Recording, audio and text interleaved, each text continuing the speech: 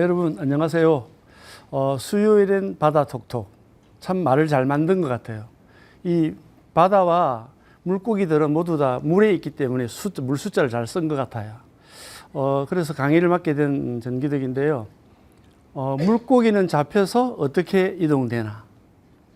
이 강의를 오늘 한 25분 정도 여러분들에게 하도록 하겠습니다. 저는 덕이 있는 사람이에요. 이름을 보십시오. 덕이잖아요. 그 다음에 이제 이름 앞에 해강이라는 걸 붙였는데, 제가 교직을 35년 했는데 퇴직한 지 40일 됐습니다. 친구들이 모여서 옛날처럼 막 이렇게 쌍스럽게 이름을 부르는 게 좀 그렇다 해서 서로 호를 지었는데, 저는 바다와 강입니다. 바다 해자와 강자를 써서 해강 전기덕이라고 해요. 그러니까 학교는 인천에 있는 한국에서 가장 오래된 수해운계 학교인 인천해양과학고에서 33년간 근무했어요. 중학교에서 2년간 하고 해양과학고에서 33년을 근무하다가 한 40일 전에 8월 31일 날 퇴직을 하게 됐습니다. 이제 우연찮게 수요 톡톡 바다 이렇게 함께 하는 걸 강의를 맡게 됐는데, 사실은 바다에 물고기가 엄청 많죠. 아마 지구상에 존재하는 고기의 종수나 하여튼 그 양이나 이런 것은 육지보다 지상보다 바다가 훨씬 더 많거든요. 근데 잘 몰라요. 지금 여러분들에게 내가 동물 이름 이렇게 이어달리기 하라면 몇 개 못할 것 같은데, 물고기 더 못해요. 먹는 거 몇 가지 빼고는 한 몇 마리만 얘기하거나 하면 못해요. 사실 저도 생물 전공이지만 그렇게 계속 이어서 말을 하려고 하면 좀 어렵긴 해요.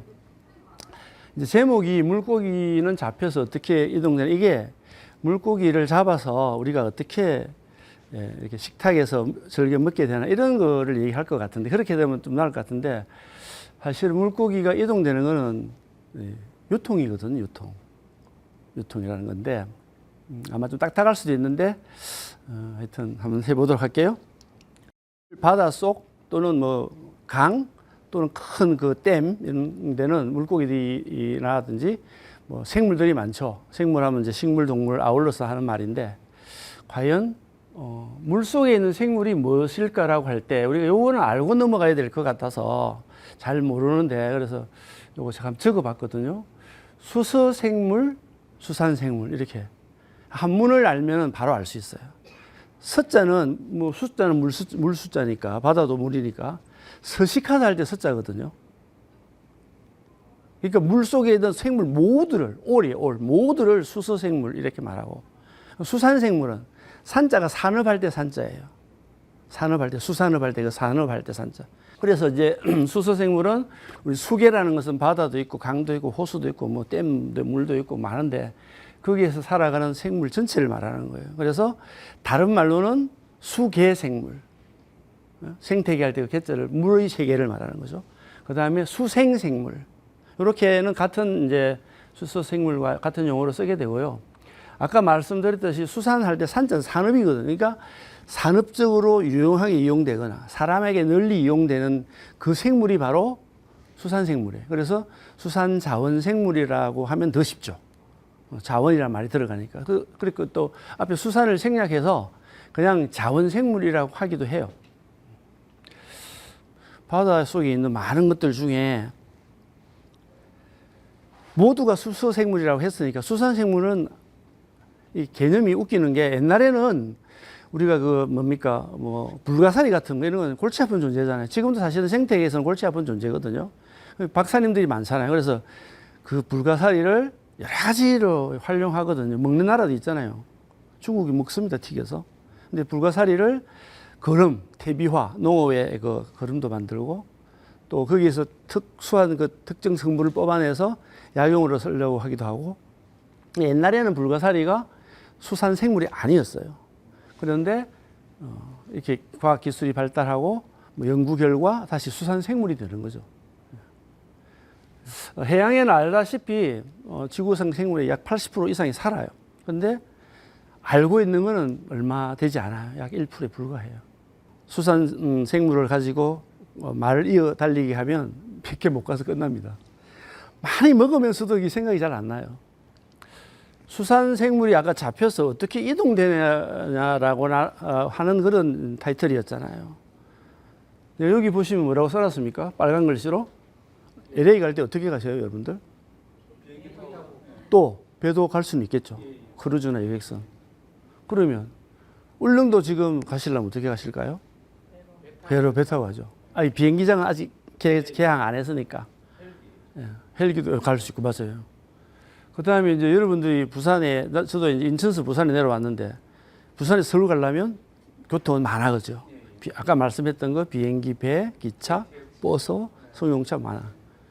그러면 이제 물고기가 잡혀서 어떻게 이동해 오나잖아요.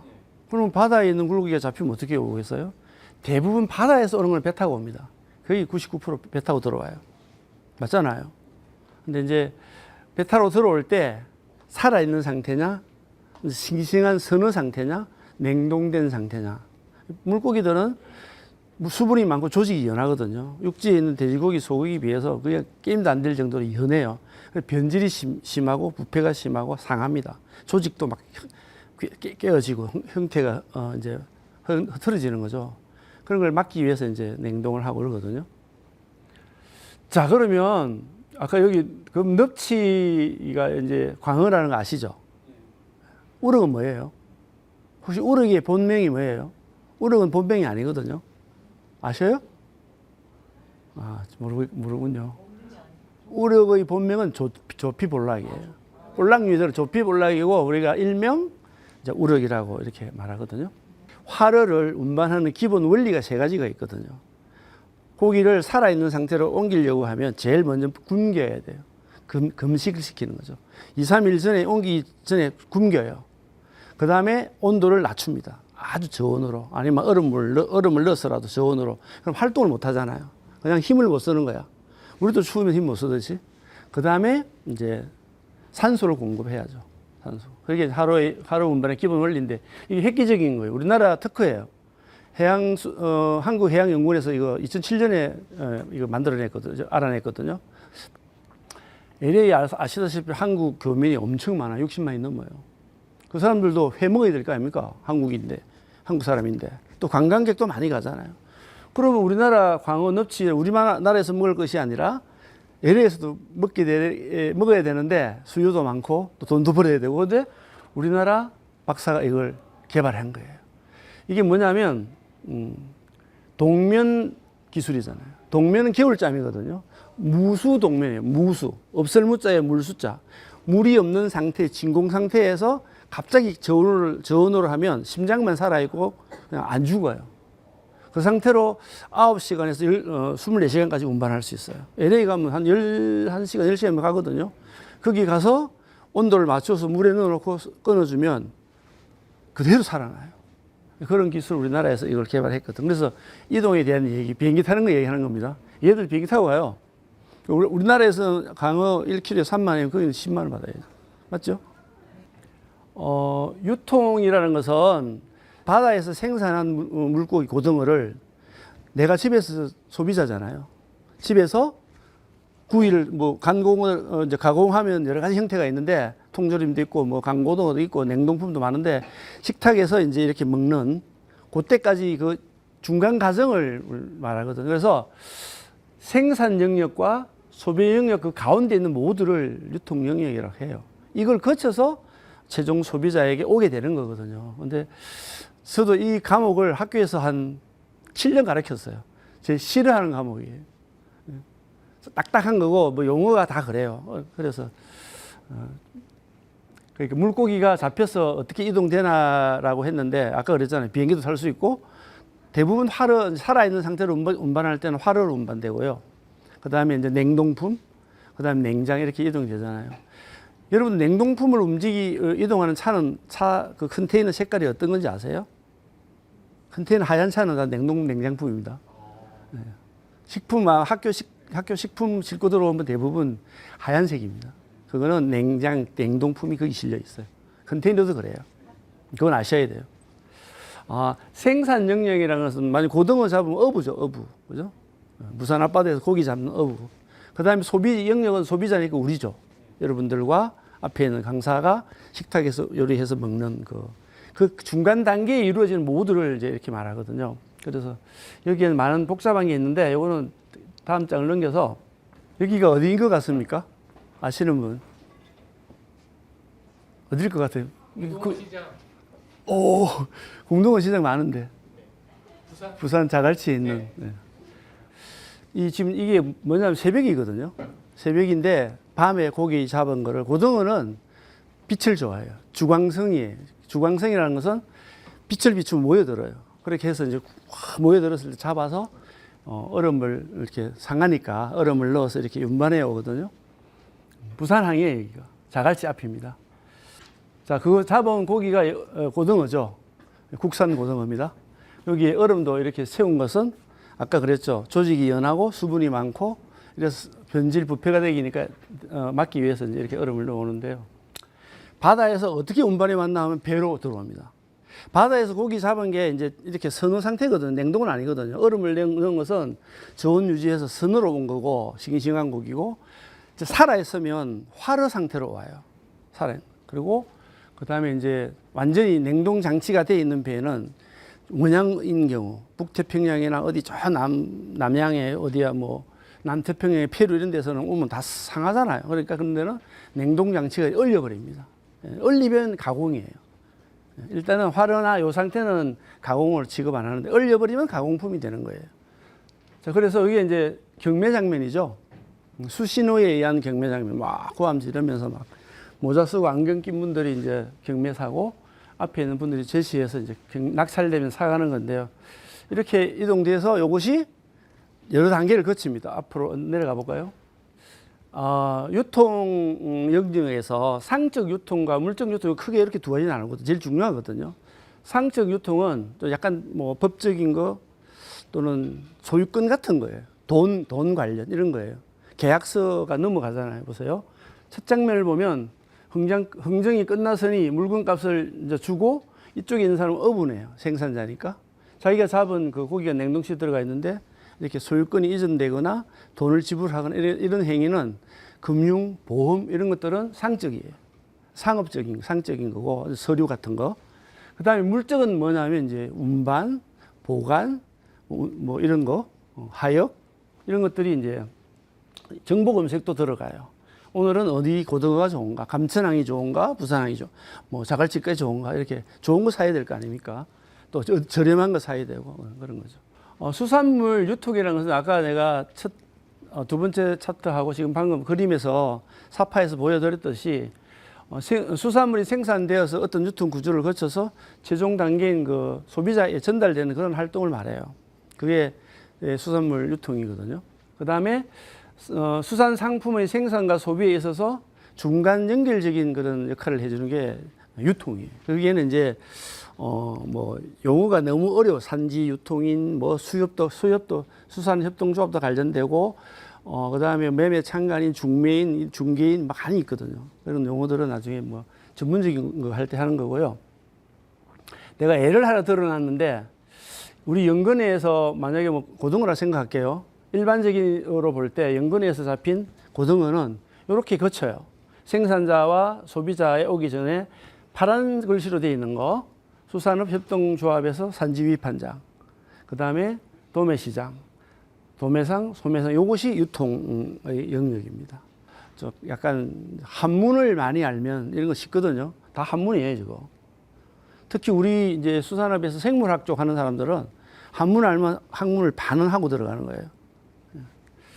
그래서 뭐 한문을 좀 많이 하라고 권장하고 싶기도 해요. 수산물 유통 경로가 있는데 개통출하가 있고 비개통출하가 있어요. 개통출하는 수산협동조합을 이용하는 건 모두 다 개통출하예요. 수협을 제외한 나머지를 이용하는 것은 비개통출하라 그래요.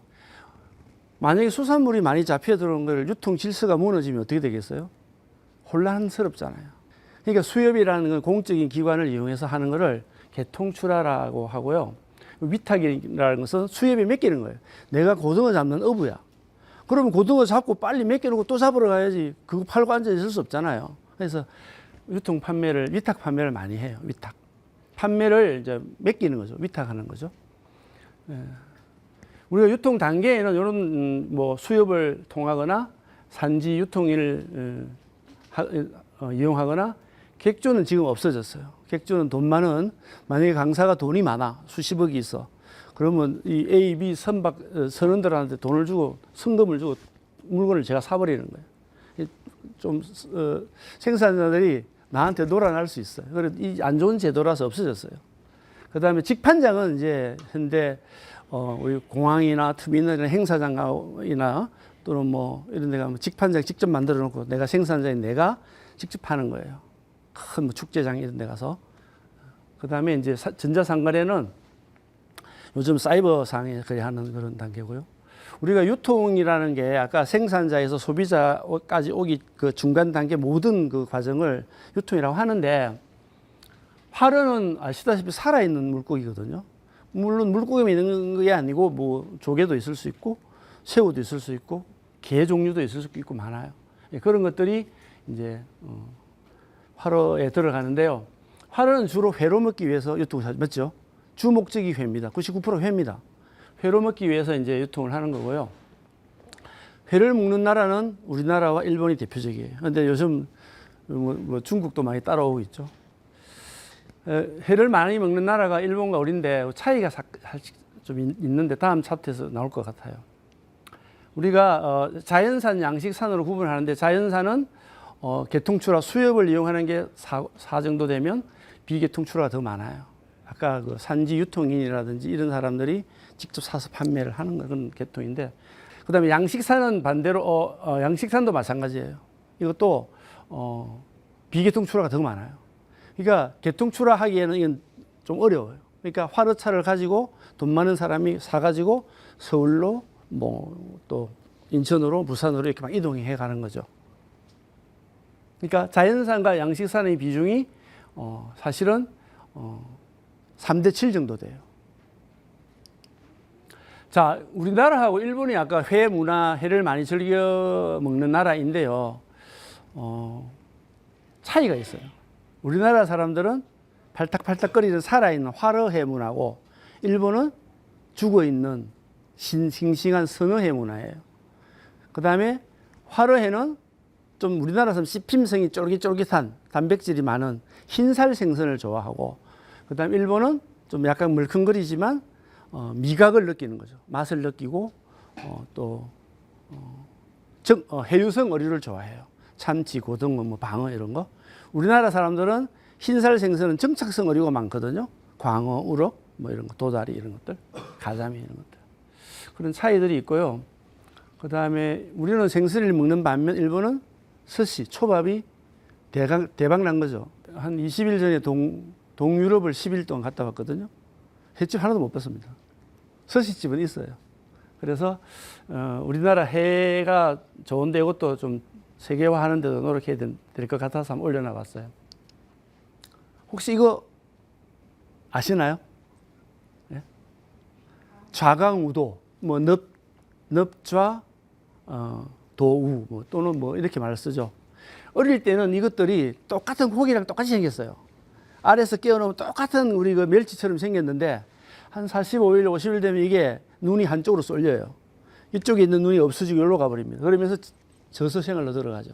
근데 넙치는 왼쪽으로 가고 도다리는 오른쪽으로 가요. 요거 둘이 딱 세워보세요. 요걸 요렇게 딱 세우면 이 오른쪽이 왼쪽이잖아요. 그 다음에 요건 참고로 그냥 꽃게 먹을 때 인천에 꽃게 유명하잖아요. 요즘 많이 먹고 싸고 그런데 암캐스키 구별하는 거거든요. 어디게 암놈 같아요? 아시나요? 아시죠? 예. 저기 덮개 있는 저쪽이 넓은 것이 암놈이고 이건 순놈입니다. 그 다음에 선어. 선어는 냉동하지 않은 화로가 아닌 싱싱한 고기를 말해요. 얼음이라든지 차갑게 해서 온도를 내려서 이동하는 그런 걸 말해요. 선어는 상온에서 이제 운반하게 되면 부패나 식고 또 그렇게 되면 가격이 떨어지게 되잖아요. 그래서 상당히 문제점이 있는 건데 하여튼 싱싱한 게 상품의 결정 요인이 돼요. 그 다음에 이제 냉동은 영하 한 18도, 영하 20도, 참치 같은 경우는 영하 50도에 얼려버리죠. 냉동 수산물은 동결된 얼음이 빈결정이 형성, 얼음이 얼려져 있는 상태를 말하는 거고요. 이제 이렇게 하게 되면 부패가 잘 쉬운 것을 오랫동안 보장을 할 수 있고 그다음에 운반이나 저장, 소비의 편리성이 있다. 1년 전에 잡은 것도 지금 먹을 수 있는 거죠. 냉동을 하게 되면 부패에 따른 그런 부담을 감수할 수 있다. 이렇게. 그다음 마지막인데 이거는 이제 우리가 수산물이 아까 부패와 변질이 쉬운데 가공을 하게 되면 훨씬 더 우리 쉽게 이용하고 다양하게 이용할 수 있고 가공품이 엄청 많죠. 가공이 중요한 거죠. 1차 이제 어부나 양식하는 사람들 1차 산업에서 생산하면 가공하시는 분들이 맛있게 가공하고 이렇게 하면 좋겠죠. 그죠? 여기 보면 수산 가공품이 많이 나와 있는데 아마 대부분 다 아시는 거죠? 냉동품, 통조림, 연제품. 연제품은 어묵 같은 거.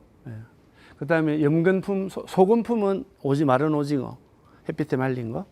염건품은 간고등어, 굴비. 그 다음에 작은 품은 쪄서 말린 거, 가스오브시 같은 거. 그 다음에 해조 제품은 뭐 해조류니까 미역, 김 이런 거니까 한천도 해조류에서 추출한 거. 그 다음에 뭐 어유부는 고기 기름하고 고기를 갈아서 사료로 쓰는 거 말이죠. 그 다음에 염장품, 염시품은 다 소금에 절인 거라든지 젓갈 이런 것들이고 수산 피역은 이거 만들고 유명한 백도 만들고 하죠. 그런 것들이라는 거 아시면 되겠고요. 수산 가공품 그 유통의 이점은 이렇게 네 가지가 있는데 한번 나와 있는 앞을 보시면 잘 알 것 같아요. 그러니까 이런 장점이 있어요. 수산 가공품은. 이런 좋은 장점을 가지고 있는 게 수산 가공품이에요.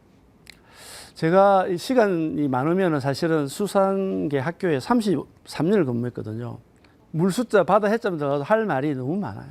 특히 생물이 나오면 너무 할 게 많죠. 전공이 생물이니까. 그런데 이제 고기가 잡혀서 어떻게 이동되나를 해서 비행기도 타고 주로 배를 타고 그다음에 차도 타고 자가용도 타고 다 탑니다. 그렇게 이동합니다.